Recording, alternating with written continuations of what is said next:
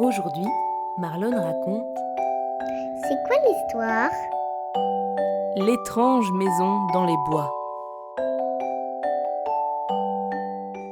Tous les soirs, en rentrant de l'école, Noé n'a qu'une hâte, celle de retrouver son chien Banjo. Il rentre à pied de l'école et Banjo sait très bien à quelle heure Noé arrive.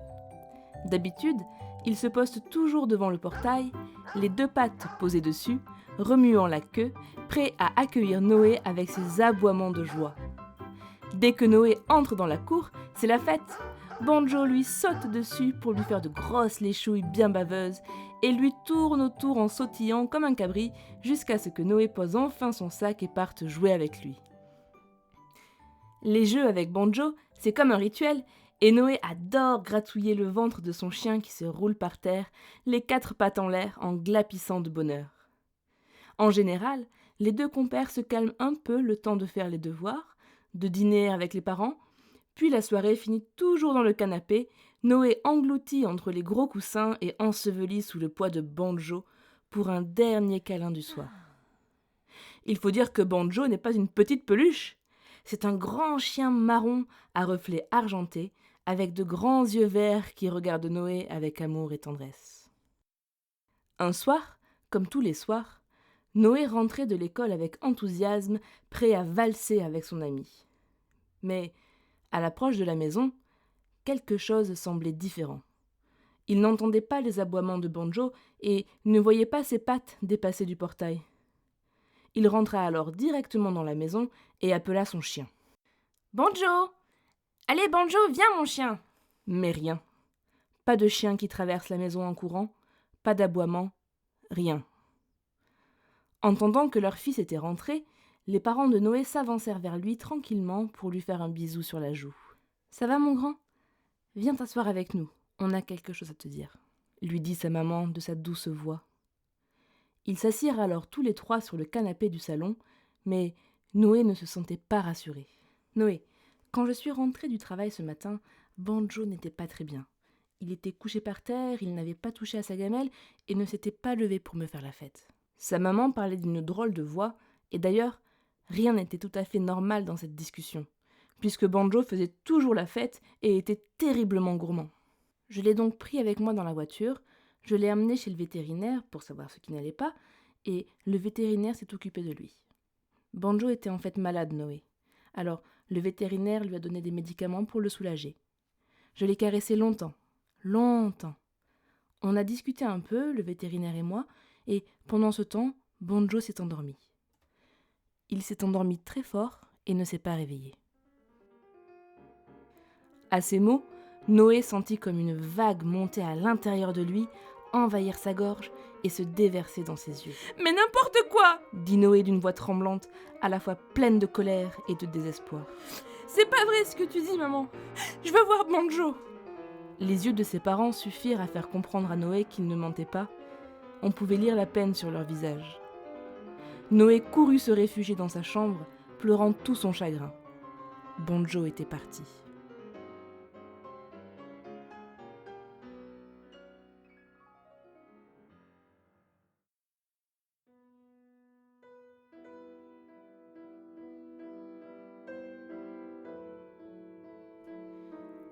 Les jours suivants, les parents de Noé essayaient de toutes leurs forces de le consoler. Tantôt avec des mots doux, tantôt avec des câlins, en cuisinant son plat préféré ou en proposant son dessin animé favori, mais rien n'y faisait. Noé était toujours triste, endeuillé, le cœur lourd. Un soir, en rentrant de l'école, les souvenirs de Banjo l'attendant au portail faisaient pleurer Noé. Alors qu'il reniflait et se mouchait dans un coin de sa manche, il trébucha et... patatras ! Il dégringola le talus sur le côté de la route. Noé fit quelques roulés-boulés et se retrouva les fesses dans les feuilles mortes face à la forêt. La forêt ? Mais depuis quand y avait-il une forêt ici ? Il faisait ce chemin plusieurs fois par jour, plusieurs fois par semaine, et il n'avait jamais vu cette forêt. Le talus, oui, mais pas la forêt derrière. Il se releva en frottant son pantalon, son t-shirt, et quelque chose clochait. Il n'avait plus les mêmes vêtements. Il était parti le matin avec un jean et un t-shirt rouge, et voilà qu'après sa chute, il portait un pantalon vert et un t-shirt blanc à rayures. Il se retourna pour voir le talus. Il venait de faire une sacrée chute. Mais il ne s'était pas fait mal, et ne comprenait pas bien ce qui lui arrivait. Il regardait à droite, à gauche, à la recherche d'un repère, de quelque chose de normal, de logique, mais au lieu de ça, il vit au loin un grand cerf se rapprochant de lui. Ce n'était pas n'importe quel cerf. Dès comme celui-ci, ça n'existe pas normalement. Il était grand, noble, d'un brun cuivré reluisant sous le soleil couchant, et il portait sur ses bois de magnifiques fleurs roses et oranges entourées de feuilles vert émeraude. Le cerf se rapprochait de Noé en trottinant, et celui-ci n'avait pas peur. Il pouvait même voir de plus près les taches blanches sur sa croupe. Ses bois, comme des branches fleuries, lui faisaient une couronne, si bien qu'on aurait dit un roi. Une fois posté devant Noé, le cerf plongea son regard dans celui du petit garçon. Un regard bienveillant qui invitait à la confiance, puis il repartit, vif, dans une autre direction. Noé le regardait s'éloigner, mais après quelques mètres à peine, le cerf s'arrêta net et lança de nouveau un regard intense à Noé. Il voulait que Noé le suive. Le petit garçon se mit alors à courir derrière ce cerf aux allures magiques, se frayant tous les deux un chemin à travers les troncs, les branches, dans cette forêt lumineuse aux couleurs d'automne. Soudain, le cerf stoppa sa course, et derrière lui, Noé freina son élan. Il l'avait conduit devant une petite maison perdue au milieu des bois. C'était une petite bâtisse en briques rouges qui avait quelque chose d'un temple, de sacré. L'atmosphère était très solennelle, on entendait à peine les oiseaux chanter, comme si la forêt tout entière se taisait par respect pour ce lieu. Elle semblait être là depuis longtemps. Elle avait l'air belle, mais on ne distinguait pas à travers les fenêtres sales ce qui se trouvait à l'intérieur.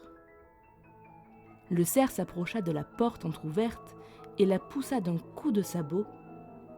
Le courant d'air fit valser quelques pétales de sa couronne et on aurait dit des confettis colorés flottant dans l'air, portés par le vent. Il regardait Noé avec bienveillance et insistance à la fois, et Noé comprit que c'était une invitation à entrer.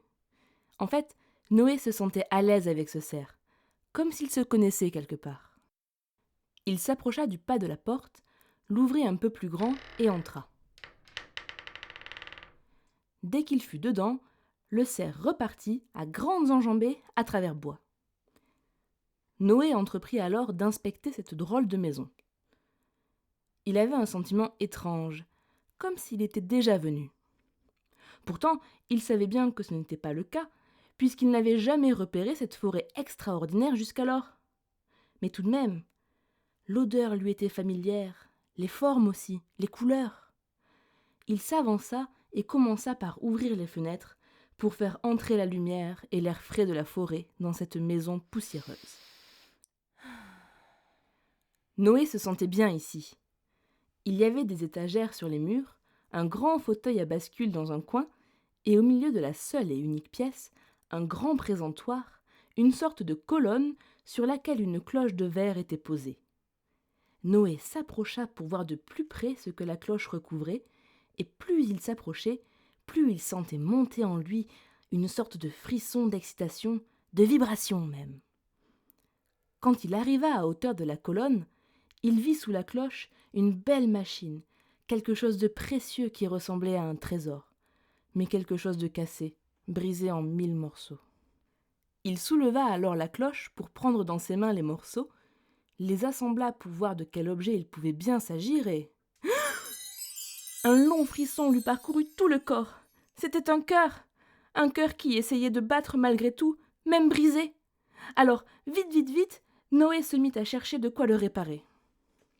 Il courait dans tous les sens.